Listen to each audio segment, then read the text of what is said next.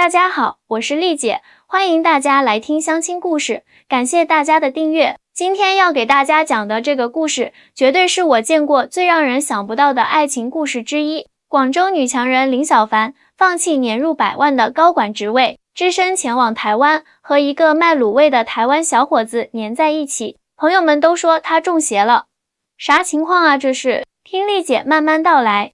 林小凡，广州本地姑娘，30岁出头，在广州的一家互联网公司做到了营销总监，年薪过100万，事业风生水起。小凡长得漂亮，性格也好，追求者从来不断，但她对感情的事情一直很谨慎，常跟我说，丽姐，我宁可单身，也不想将就。我当时就知道，这姑娘眼光高。去年夏天，小凡公司安排她去台湾出差，负责一个为期1个月的项目。本来只是普通的工作出行，谁知道竟然成了他人生的转折点。在台北工作的第1周，小凡每天加班到很晚。有天晚上肚子饿了，他在酒店附近找吃的，结果发现了一家生意超火爆的卤味摊。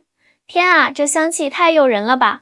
小凡被香味吸引过去，看到一位阳光帅气的台湾小伙子正在忙碌地招呼客人。摊主叫陈家豪，32岁，台北人。那天他一边熟练地切着卤味，一边用他那带着台湾腔调的普通话和客人聊天，笑容灿烂，超级有亲和力。小凡点了一份综合卤味，尝了一口就被惊艳到了。哇塞，这也太好吃了吧！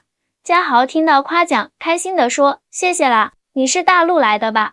听口音像是广东人。就这样，两人聊了起来。小凡才知道，家豪可不是一般的卤味摊老板，他是台湾大学食品科学系毕业的高材生，原本在一家大型食品公司担任研发主管，年薪也是不菲。但3年前他决定辞职，继承家族祖传的卤味配方，开了这家卤味摊。现在生意好得不得了，还打算开连锁店呢。家豪一边切着卤味，一边跟小凡说，我觉得人生不一定要追求高薪，做自己真正喜欢的事情，每天开开心心才最重要。小凡当时就被家豪这种生活态度震撼到了。在大陆，尤其是在广州这样的1线城市，大家都在拼命往上爬，争取更高的职位，更好的收入，而家豪却放弃了优渥的工作条件，选择了看似降级的生活，但他脸上的笑容却是那么真实和满足。接下来的日子，小凡只要一有空，就会去家豪的卤味摊吃东西，两人越聊越投缘。家豪还特意提前收摊，带小凡去台北的各个地方游玩，让他看到了台湾不同于大陆的生活氛围。小凡慢慢发现，台湾的生活节奏确实比广州慢很多，人们更注重生活品质和个人兴趣的发展。家豪带他去了很多文创园区，那里的小店虽然规模不大，但每一家都有自己独特的风格和理念。他们还去了几家著名的科技公司参观，让小凡看到台湾在科技领域的实力其实一点也不弱。其实台湾比很多大陆人想象的要发达得多。家豪告诉小凡，我们只是选择了不同的发展路径和生活方式而已。小凡点点头，他确实被台湾这种注重个人生活品质的氛围所吸引。在广州，他每天忙于工作，虽然收入高，但几乎没有私人时间，更别提培养什么兴趣爱好了。而在台湾，他看到人们在努力工作的同时，也非常注重生活的平衡和乐趣。1个月的时间很快就过去了，小凡要回广州了。临走的前一晚，家豪在卤味摊关门后，特意带着小凡去了台北最高的观景台。小凡，我可能疯了。家豪看着夜景，突然转向小凡，我们才认识1个月，但我感觉自己好像找到了生命中的那个人。小凡也被这突如其来的告白惊到了，他心里早就有了好感，但两人的生活和工作环境差距太大，他不确定这份感情能否长久。家豪，我也很喜欢你，但我们之间横着一个海峡啊！我在广州有事业，你在台北有家人和店铺，这要怎么继续呢？家豪没有立即回答，而是拿出手机给小凡看了一张照片，那是一家装修精致的小店，店名叫豪小卤。这是我在筹备的第2家店，我打算做连锁发展。其实我有考虑过去广州开分店，家豪认真地说，现在有了你这个理由，我更加确定了，给我一点时间，我会去广州找你的。小凡被家豪的决心感动得不行，但他了解两岸关系和文化差异带来的实际困难。他回到广州后，两人开始了长达半年的异地恋，视频电话成了他们联系的主要方式，两人几乎每天都会通话到深夜。在这半年里，小凡逐渐发现了台湾男生和大陆男生的一些普遍差异。嘉豪特别细心，会记得他的每一个小习惯，比如知道他喜欢喝什么茶，喜欢什么颜色，而且嘉豪特别会表达感情，经常会说一些肉麻的情话，这点和大陆男生普遍含蓄的性格很不一样。最让小凡感动的是嘉豪的行动力，他真的开始着手准备去广州发展的事情，研究营商环境，申请各种证件，甚至开始学广东话，就为了能和小凡在一起。半年后，嘉豪终于来广州了，他带着满满一箱台湾特产，还有他自己研发的卤味配料。一下飞机，他就直奔小凡公司，把前台小姐姐都吓了一跳。小凡正在开会，嘉豪就安静地在会客区等他，手里捧着一大束花，眼睛紧盯着电梯口，生怕错过小凡出现的瞬间。啊呀，这也太浪漫了吧！当小凡从会议室出来，看到嘉豪的那一刻，整个办公室的人都惊呆了。平时雷厉风行、冷静自持的林总监，居然像个小女生一样扑进了一个男人的怀里。嘉豪这次来广州，主要是为了考察开店的可能性。小凡特意请了1周假，带着嘉豪到处转悠，帮他联系商铺，了解当地政策。两人走在广州的大街小巷，看起来真的超级登对，但问题也随之而来。嘉豪发现广州的营商环境和台湾很不一样，各种手续复杂得多，而且竞争压力也大得多。最关键的是，作为台湾人，他在大陆开店需要办理各种特殊证件，程序繁琐，周期漫长。与此同时，小凡的公司正准备扩大业务，领导暗示他很可能会被提拔为副总，这意味着更大的责任和更高的薪资。小凡陷入了两难，事业发展和爱情，他该如何选择？就在这纠结的时候，嘉豪告诉他一个消息，他在台北的第2家店已经准备就绪，只等开业。而且他还收到了台湾一家知名连锁企业的合作邀请，想把豪小卤打造成全台湾知名的品牌。小凡，我知道你在广州有大好前途，嘉豪握着小凡的手，认真地说，但我想邀请你来台湾，和我一起打造这个品牌。你有经营管理和营销的经验，正是我们需要的。当然，如果你想继续在广州发展，我完全理解，我们可以再想其他办法。小凡被嘉豪的诚意感动了，他思考了很久，最终做出了一个让所有人都大吃一惊的决定，辞去广州的高管职位，前往台湾和嘉豪一起创业。什么？你疯了吧？小凡的闺蜜小林听到这个消息后惊呆了，你要放弃年薪100万的工作，跑去台湾卖卤味，你是不是被下蛊了啊？不只是小林，小凡的家人、同事、朋友，几乎所有人都表示不理解。在他们看来，小凡这简直就是中邪了。凡姐，台湾那边工资水平比我们低多了，物价还高，你去了肯定会后悔的。公司的小助理也劝他，但小凡心意已决。他在广州处理完所有事务后，带着2个行李箱飞往了台北。一下飞机，嘉豪就在接机口等着他，两人紧紧拥抱在一起，宛如久别重逢的恋人。即使他们才分开了不到1个月，来到台北后，小凡才真正了解到台湾和大陆的生活差异。虽然台湾的平均薪资确实比广州低，但社会福利却更完善，医疗保险覆盖面广，看病很方便，公共交通也很发达，即使没有私家车出行也很便利，食品安全管理严格，街边小店的卫生条件都很好。最让小凡惊讶的是台湾人的生活态度。在广州，大家总是匆匆忙忙，生怕落后于别人；而在台北，人们似乎更懂得享受生活。下班后约3-5好友去夜市吃小吃，周末去郊外踏青，生活节奏舒缓而充实。其实台湾并不像大陆人想象的那么穷。嘉豪解释道，我们的人均 GDP 不低，只是发展模式和大陆不同。大陆追求的是高速增长，而台湾则更注重均衡发展和生活品质的提升。小凡点点头，他能感受到这种差异。在广州，他的收入确实高，但每天工作10几个小时，几乎没有私人时间。而在台北，虽然收入可能会减少，但他可以有更多时间做自己喜欢的事情。与嘉豪一起创造属于他们的未来。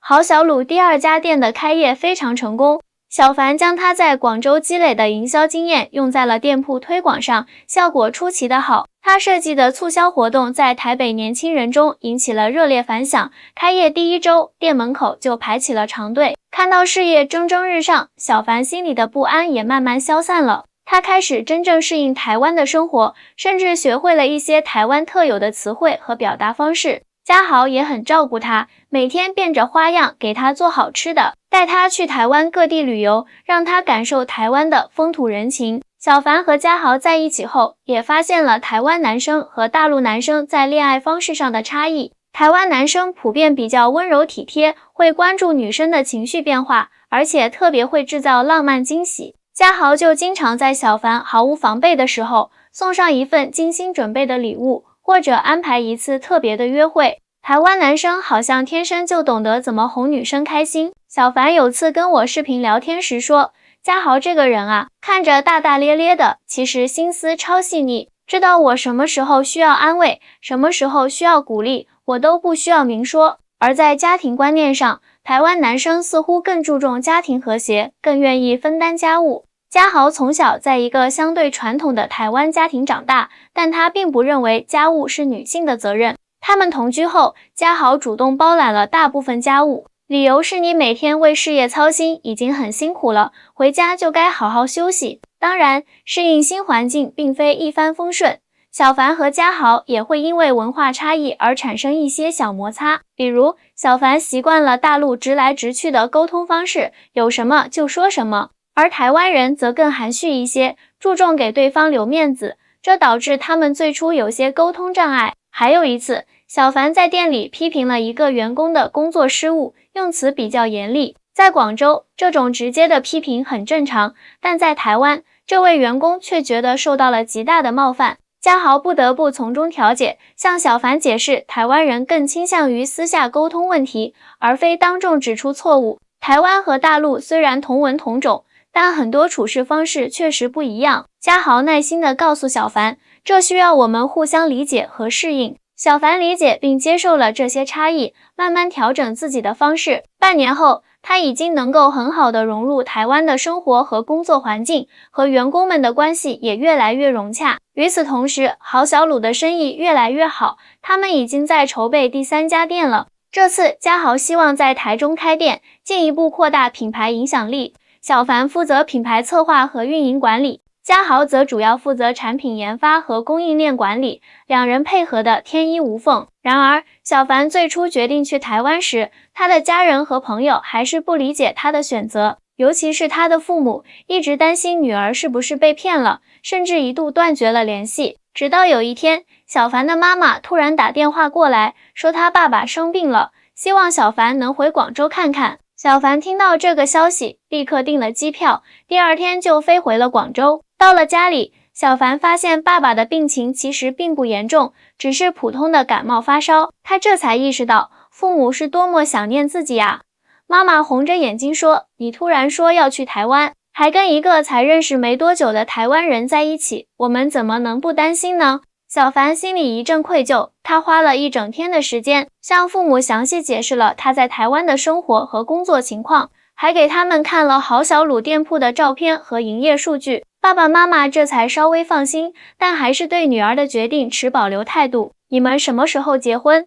妈妈突然问道。如果要结婚，是在台湾还是在广州？以后要定居在哪里？孩子出生在哪里？这一连串的问题让小凡也开始思考他和嘉豪的未来。虽然两人感情很好，但结婚这个话题，他们还真没认真讨论过。回到台北后，小凡把父母的担忧告诉了嘉豪。嘉豪笑着说，我早就想提结婚的事了，只是担心你觉得太快。既然岳父岳母这么关心，那我们就认真规划一下吧。于是，嘉豪正式向小凡求婚了。他没有选择豪华餐厅或浪漫景点，而是在他们的第1家卤味店里，当着所有员工和顾客的面，单膝跪地，掏出戒指。那枚戒指是嘉豪特意找台湾本地设计师定制的，戒指的样式融合了广州和台北的地标建筑元素，象征着两人跨越海峡的爱情。小凡感动得泪流满面，毫不犹豫地答应了，店里的顾客都为他们鼓掌祝福，有人还即兴唱起了祝福歌。这个求婚场景被顾客拍下来发到网上，意外走红，郝小鲁的知名度也因此大增。两人决定在台北和广州各办一场婚礼，让双方的亲友都能参加。婚礼筹备期间，小凡的父母决定提前来台北看看，了解女儿的生活环境。小凡的父母第一次来台湾，对这里的印象非常好。他们惊讶地发现，台北的街道整洁有序，人们彬彬有礼。生活节奏虽然没有广州那么快，但质量却很高。嘉豪带他们参观了郝小鲁的3家店铺，都生意兴隆，管理有序。嘉豪的父母也特意从台中赶来，两家人一起吃了顿饭。虽然有些语言和文化差异，但大家相处得很愉快。饭桌上，嘉豪的父亲说了一句话，让所有人都愣住了。其实我们和广州很有渊源呢，我的祖父就是从广州迁到台湾的。